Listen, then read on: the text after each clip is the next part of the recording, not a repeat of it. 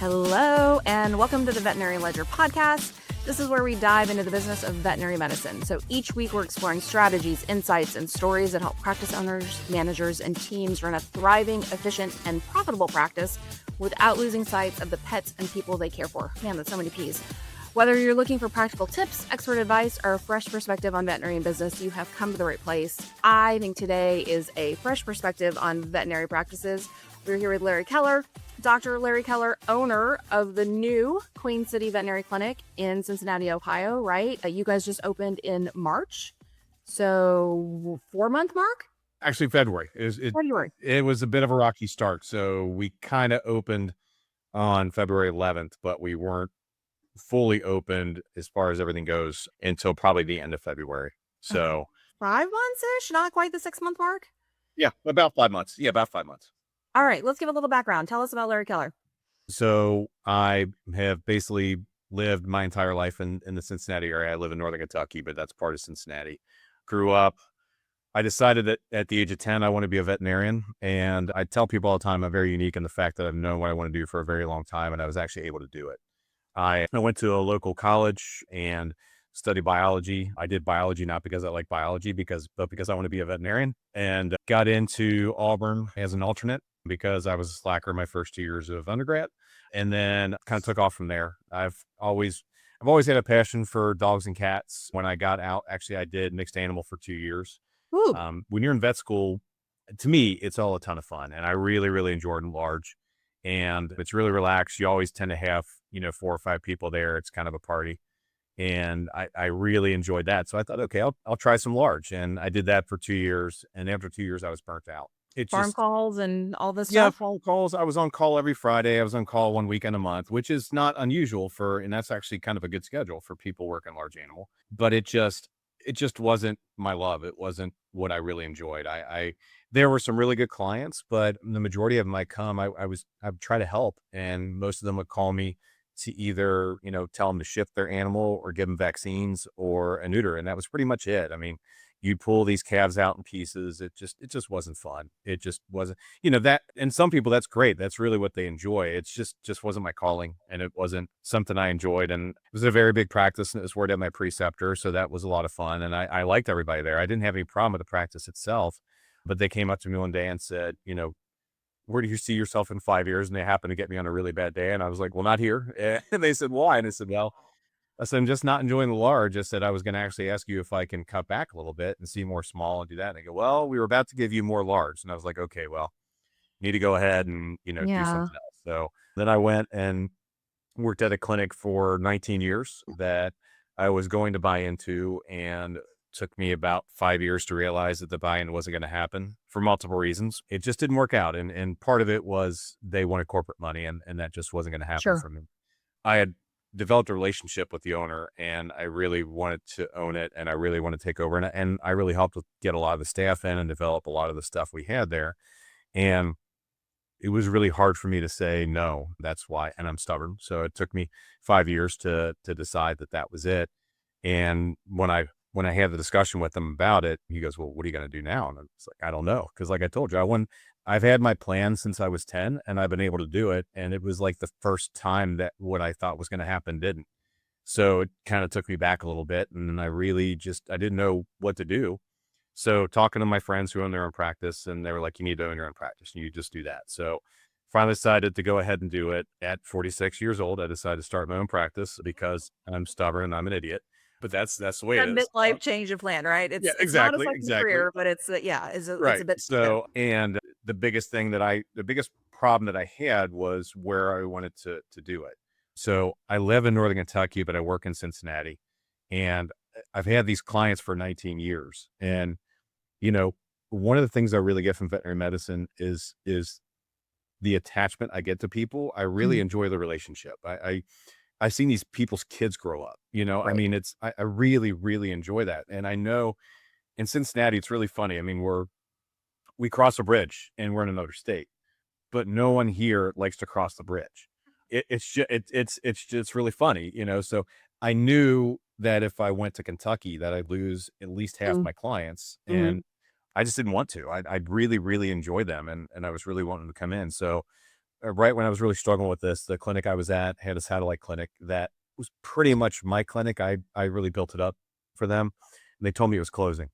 And when they told me they were going to close that one, I knew exactly where I needed to be. And it was a prayer answered. It was perfect. And that made my decision so easy. So decided to decide to start my own place. I will never, ever forget this. So if you're deciding to start your own place, remember this. My lawyer told me when we were talking about it, he goes, well, you can start your own place if you have the energy. And I thought to myself, I was like, I got the energy for that. I did not have the energy for that. It was, But you don't it's know, fine. right? Right, You right. don't I mean, know until you're in it. it's one of those things you think you got it, but so I mean, it's been fine. It's just been one of those things. It has been a lot. It's been a lot. I signed my lease in April of 25, and the thought is that it was going to take 6 months to build. So I thought I'd be in October, September. Well, we had a ton of problems, which happens with everybody, but we had zoning wasn't right. We had to get that done. We thought everything it took a month longer to get all the plans and to get those in. So basically we thought we were going to move in September, October. It didn't get started till September. So that was, it was a joke almost every day. It was going to be, take longer. And that's why, the kind of rough start to begin with. Initially, I thought it was going to be the end of January, and we had some problems with approvals and stuff like that. And I I had told my staff that we'd start the beginning of February, and it took a little bit longer. So I was trying to get them in and do all that. And we saw friends and family for the first week. And Sure. then we got all of our approvals, and then we were good to go from there. It's just a matter.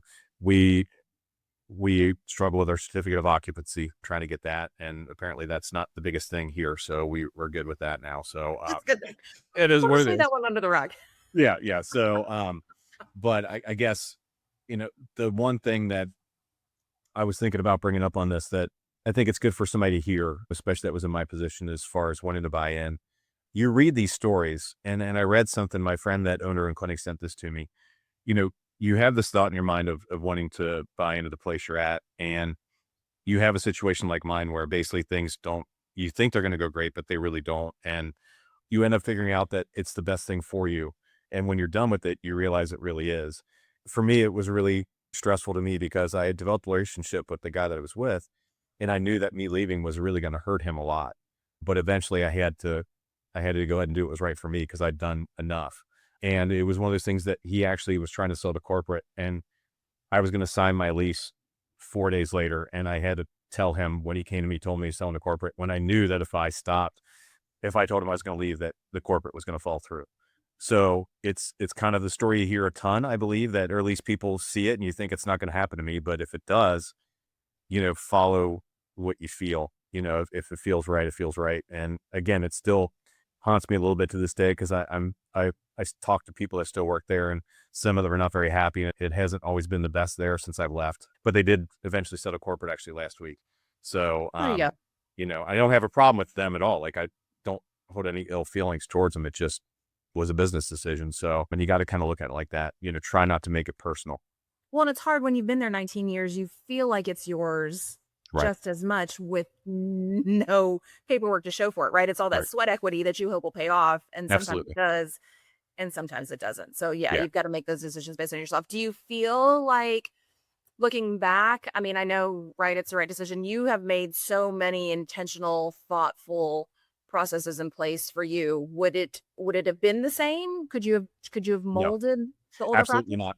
And Yeah. that has been the best thing for me. I've realized that along the way. I mean, where I'm at right now with my practice, and I've only been out for 5 months, it would have taken me 5 years to 10 years to get where I'm at right now Mhm. with the clinic I was at. There was so many obstacles. The person who owned it didn't get rid of problem people that we had, and would not shied away from confrontation. It's a vet And med way. Yep. yeah, if somebody wanted to do something some way, "Oh, okay, well, you can do whatever you want." And I am hard-headed, and I don't mind sticking up for what I think is right, and we go from there. And one of the biggest foundations of my practice is taking care of my staff. I say Mhm. I have three main things for my clinic. I want to take care of my staff, I want to take care of the community, I want to take care of myself. And I have to have all three of those equal. And if I can't, then I'm not happy.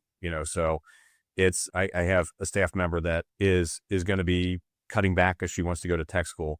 And she was really nervous about talking to me about it. I said, listen, I said, I'm proud of you. I said, I'm glad you're trying to do something more. I said, she goes, I thought you'd be mad at me. I'm like, no, how can I be mad at you for wanting to be better? Like, I'm fine with that. And then I said, well, we'll see what we can do to try and help you out. You don't have to do that. I was like, well, I kind of like to take care of you, so we'll see what we can do to help. So it's just, I think that, like you said, I intentionally have set up my staff so, you know, my culture is where it needs to be. And I've tried to do that from day one.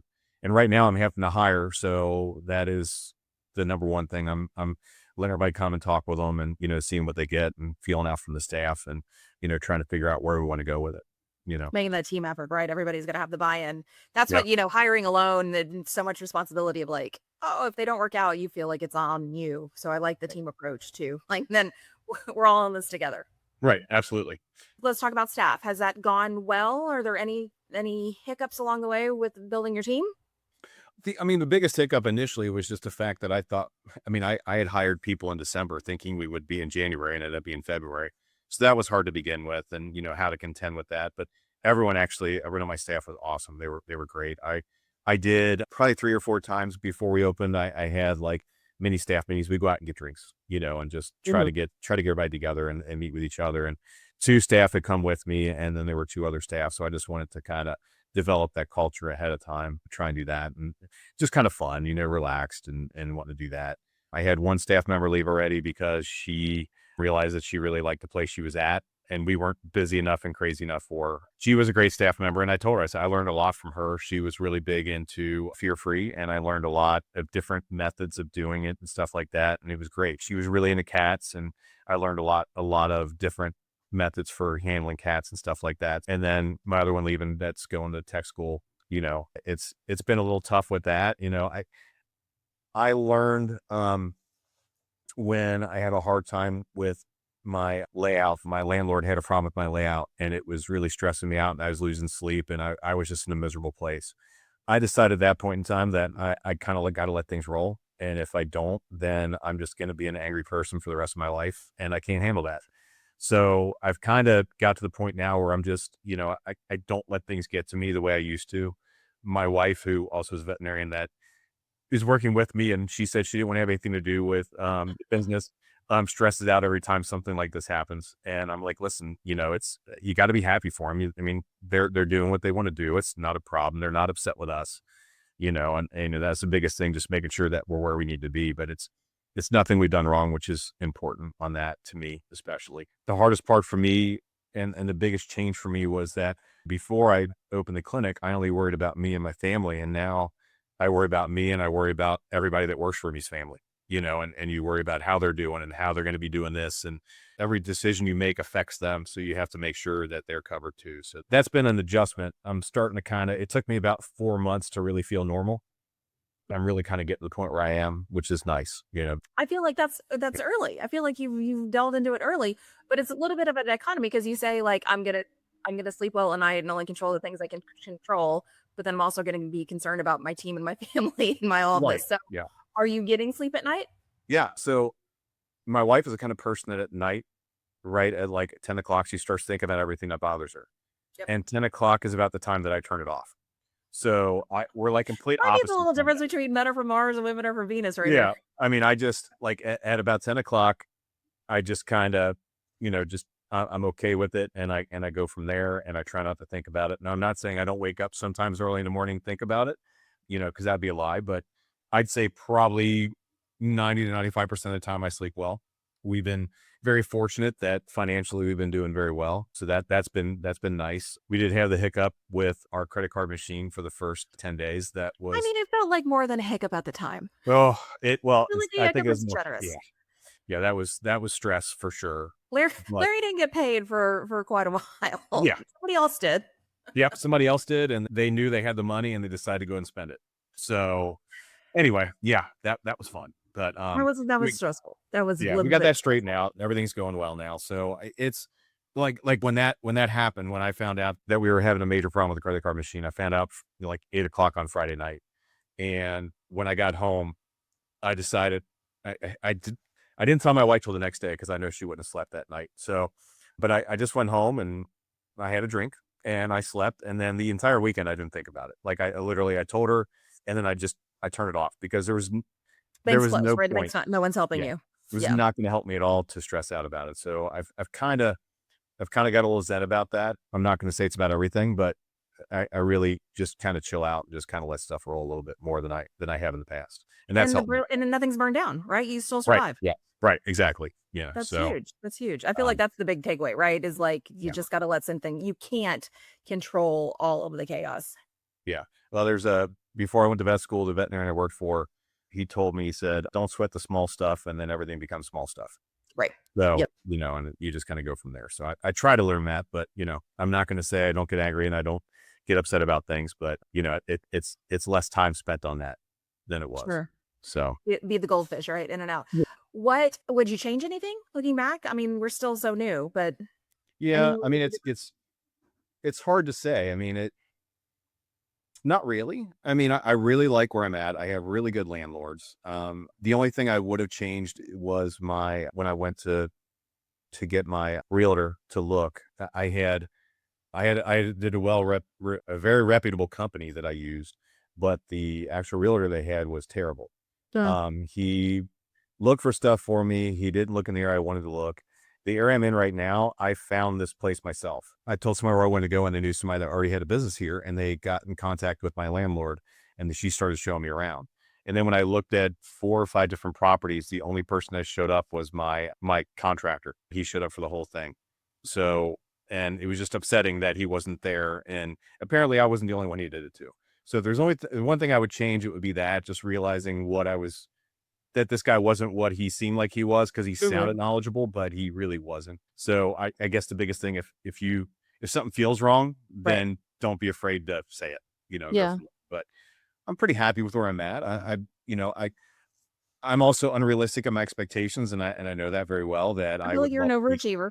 Yeah, I'd love to be gangbusters right now, and I know not, and there are days that bothers the hell out of me, but I also realize that that's starting a business and, going from there. And when I had my break between opening the new place and leaving my old place, I did relief work for a couple months, and I took 1 month off.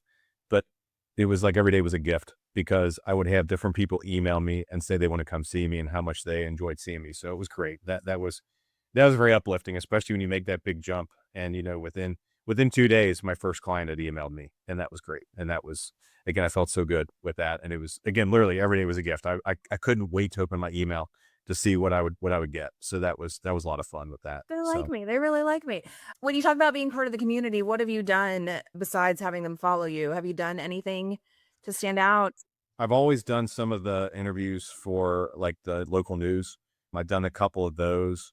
One of the biggest things that we have that's kind of beautified the community is I have a mural on my wall, and that's amazing. That was part of the battle initially. Was so I'll get into a little bit. When we had our plan, we are in a very rural neighborhood, or not rural, sorry, urban neighborhood, and we're in the bottom of a 5-story apartment complex, and there's a main road that goes out in front of it, and there's a parking lot behind it. Well, what my landlord never had any kind of medical facility that they had. It was always like coffee shops and bars and stuff like that. So in their mind, they wanted people to come directly from the main drag into the clinic or into whatever business it was. Mhm. Well, in veterinary medicine, that doesn't lend itself well. I told him, I said, I'd love to tell you that every person comes in with their dog on a leash. Everybody puts their cat in a carrier, but it doesn't happen. And I said, that street is way too busy for me to let people let their dogs out. I said, it only takes one dog getting away from their owner to get Right. hit. And I said, guess who follows the dog? The owner.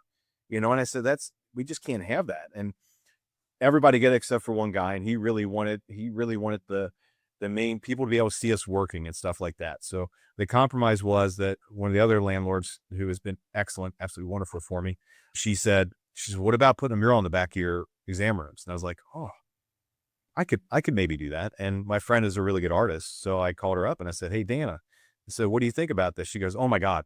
She goes, I love it. She goes, that's the best thing ever. So it evolved. She sent us some pictures and stuff like that. And then now she's got finished probably about 2 or 3 weeks ago. And we have client dogs. Everybody on that wall is either a client or employee dog, Oh, love or that. my family dogs. So it's great. Like we actually, so we got broken into also within 2 weeks of opening, because one of my clients his dog was on the wall came in the back door to see his dog, and I didn't make sure it was closed behind him. So, but everything was that nothing really happened terrible with that. Just felt I had PTSD for about 2 weeks afterwards, but otherwise, everything's gone Get it fine out with of the way early, right? yeah, exactly. I had a few bumps. Let's say I learned a lot, but no, that's been great. I'm actually getting ready to get started with. We have oh my gosh, a brewery that's right next door to us. I'm contacting the owner, talking about trying to do like a weekly meeting where I just go there and I find a topic like heartworms or kidney Mhm. disease or something like that, and just kind of stand up for an hour talking about it, answering people's questions. Yappy hour, Doing man, they're that. successful, right? Yeah. Yeah. Yeah. Well, there's a urgent care place that I go. They actually have what they call Yappy Hour down at a local park that I'll go down there for a couple hours one Wednesday a month and do that. I also on the other side of my building, there's a grocery store and we're in the preliminary talks of trying to get like a rescue to come there on Saturdays. And, see, they have like a really nice area outside where they could have the dogs and people can meet with them and stuff like that. So doing that, I've also went around to the local businesses and just kind of gave them little care packages and talked to them about that. The really nice thing about the area I'm in is it's very community driven. Mhm. They have like a local community paper. They're really big on trying to make sure everybody stays local with things they get. Whenever we go out with the staff, I try to take them to a local business to go out to eat Sure. and stuff like that. And it's been great. Again, I'm really happy in the area I am. And this is exactly what I was hoping it would be, really, is what it amounts to. So it's been great. I love that for you. Drinking more coffee, less coffee? Are you I am not a coffee drinker. okay?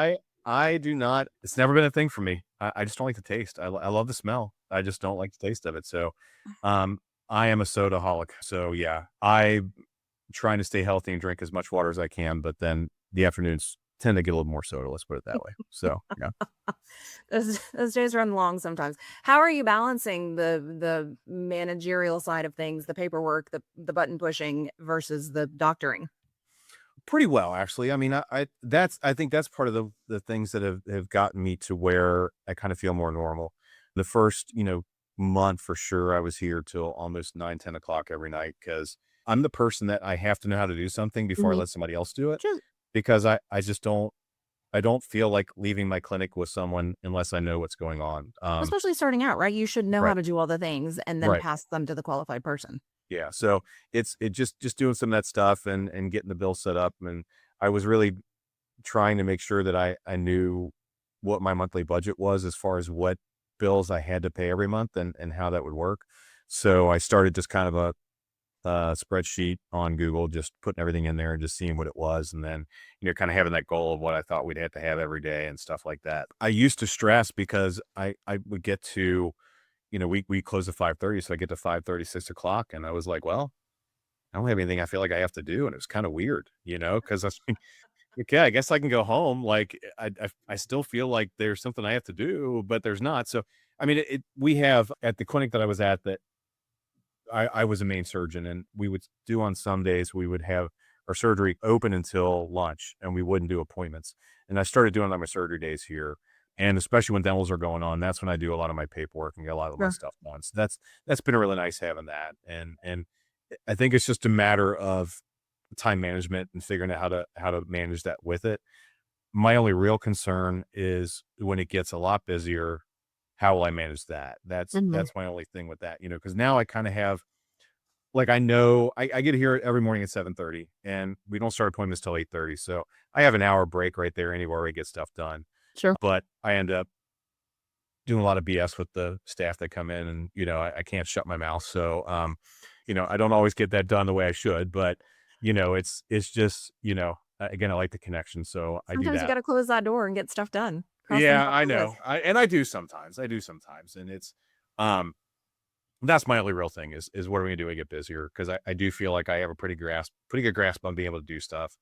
It is hard for me to have the new practice purchase program where you pay it off in little bits Sure. because I don't ever like to have debt. I had debt when I first got out of school and I had a lot of it because I was stupid at that point in time and, learning, but it just bothers me to have stuff I owe and I know it's good debt. It's just stuff I want to get rid of, so the mortgage for the business doesn't bother me because I still have a mortgage on my house and luckily I'll be Right. done with that in a year. But that, it's just a matter of trying to get everything set and just get on an even keel with it. So Balancing that yeah, cash.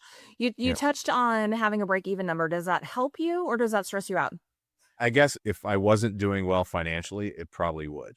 But I'm doing pretty good on that at this point in time. So I feel that doesn't bother me too much. It's actually it's a game for me. I love numbers. I really do. So I have that magic number in my head and I try every day to beat it. And I have a little celebration every day when I beat it. So I feel really good about that. I guess the other thing that it's kind of crazy, my wife comes in and works on Wednesdays with me. And we started doing Wednesdays because that was our late day. So you figure more people are going to come in. And it seems like every other Wednesday we have like 5 appointments. And then on Monday and Tuesday, I'll have 15 Mhm. each. It's like, Yeah, really, are you kidding me? Now I have 2 doctors and I have like 5 appointments. But that's also my get stuff done day too. sure. So she'll You just tackle a pivot, lot of yeah. it and she'll do that and I'll do the paperwork and stuff like that. Does So your that's team know the break-even number? no, I'm still yes, that's been one of the things I want to talk to him about. I told him I would, and actually, I've been. That's one thing that I feel like I've done right too. I've been very open with my staff. Mhm. I don't hide anything from them. I tell them everything. When we had the problem with the credit cards, I told them everything. To me, it's important for them to know. And definitely, I'm also of the opinion that I don't know everything. So what's really nice is we have people coming from different walks of life and different Mhm. clinics. So I really like to hear what they have to say, and I feel like we can always get better. And there's always different things we can add. So if there's something they know, I like for them to put it in there and kind of give it to us. And I told everybody the first day, I said, "This is not my clinic. This is our clinic. So let's make it a clinic that we want, and make sure that it's up to snuff." I So think that's that's just as a testament to you and to Heather about how you're growing this. Okay, let's wrap up real quick. Anything nugget? What's one thing people need to know when starting their own practice? have a good team. I mean, you did a video, I don't know if you want to call it a podcast or whatever, with somebody. I can't remember who it was.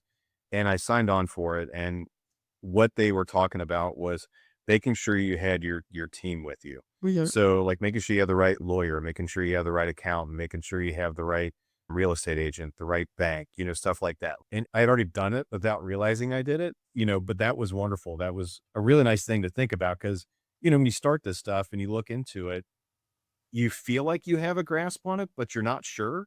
You've worked in So vet it's bed. Surely you know it all. right, yeah, exactly. Yeah, I know everything. So, but it was really nice to kind of have that concise know what your team is supposed to be and how that team works. And there's a couple pieces I still need to have, and I was grateful to have that and be able to do it. And the one thing that you've told me all the time, and I have bugged you more than anybody, you probably hate seeing my email come up, but trust your team. And you've always told me all the time, like, you're happy that I listen to you. Well, I'm not going to ask you a question I don't want an answer to. I mean, my wife told you when you met her that I was between 2 accountants when I was looking. She goes, "You got to go with them, got to go with them." So I did. And it's been the best thing ever. Like, you guys have been excellent. Like, really, I use you guys for my bookkeeping right now, Mhm. just to kind of get that straight. And Kristen's been amazing. You've been, I can't tell you how much helpful you've been to me. Like, I can send you an email and you get back to me in a second. I And love you then keep me on my toes. I love it. Right? It keeps you yeah, fresh. oh, well, Keeps you relevant. I will ask her anything. I'm not shy. I don't care how stupid I look. It's fine. And then they even have Jared call me up, and say everything's doing good. I mean, you guys have been on top. It's been wonderful. Yeah. If I recommend you to anybody that's looking for an accountant, and it's been great. So yeah, I mean, don't be afraid to ask people too. I mean, what do they use? How do they use them? I had a friend of mine who owns her own clinic and she owns 3. And I asked her about her account. She goes, "Well, I use his account, but all he does is my books for me." I'm like, "Well, I don't want just that. So if you're wanting somebody just for books, it's fine. But Right. I mean, the great thing about you guys is it's not just books. It's looking through everything. It's helping build my practice. You guys are very similar to my financial advisor in the fact that they're called Lifetime Financial. So they don't just work on that. They looked at my insurance. They looked at what I'm doing for my kids. They're looking at my will. They did everything. Like, they Right. made my life simple. And that's what you guys do. You guys make my practice simple because there's not a question I can't answer that you guys don't come back with an answer or give me somebody I can ask or something like that. So, I mean, again, don't be afraid to use you guys and don't be afraid to ask questions. That's what I So, think, right? You get out of us what you put in, right? If you ask me a question every day, I will answer your question every day. right. Yeah. I mean, and I think that this profession get to the point, especially when you need a vet school, it becomes you feel like you're in competition with a lot of people getting in. And then some people have a hard time turning that off and they Right. don't, they don't want to feel stupid. And don't be afraid to ask the question, because no matter how stupid you feel, you're going to be better because you ask the question. And, I think when you stop asking questions in veterinary medicine, then it's time to retire, because you need to, you should always make yourself better. You should always be looking for something else. Should always be growing, right? Absolutely.